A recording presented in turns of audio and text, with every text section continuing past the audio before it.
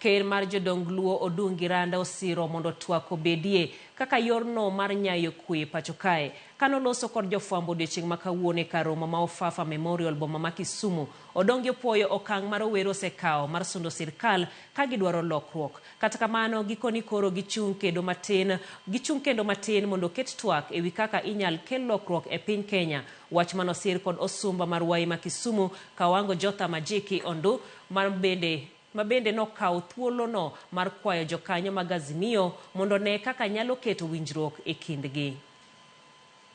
Akwayo ng'ama iluongo ni head of state ni nyithindo mancho bak te mondo gol gi kuonde ma gintie unconditionally. Nyithindo mancho bak te ok onyathi kende, obe ng'ama duong', onge ng'ama miyo, and I'm very sorry ni nyocha gigo nyako matin ma japres gi bunde kayiem. Polis mandogoyeno mondo odwar mondo odhi ochaji. Wakwayo jowa duto, obed ng'ama iluongo ni Jeremia Kioni, obed mama miluongo ni Martha Karua, obed Dayan Wamalwa, Kalonzo Musyoka, nyaka ji bed piny isome bug Nyasaye ka ji ok obedo piny to piny dang' chal nade.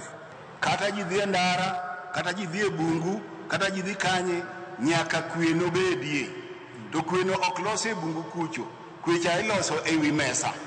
Ka jomoko koro wacho semero, kendo jomoko koro nyalo yie mondo winj wach, kaka koro nyo oseketo His Excellency the President mondo winj wach sani. Omiyo akwayo joma tindo duto, kuonde duto ma gintie, mondo wang'i oyawre, mwang'e ni ok wanyal kedo forever.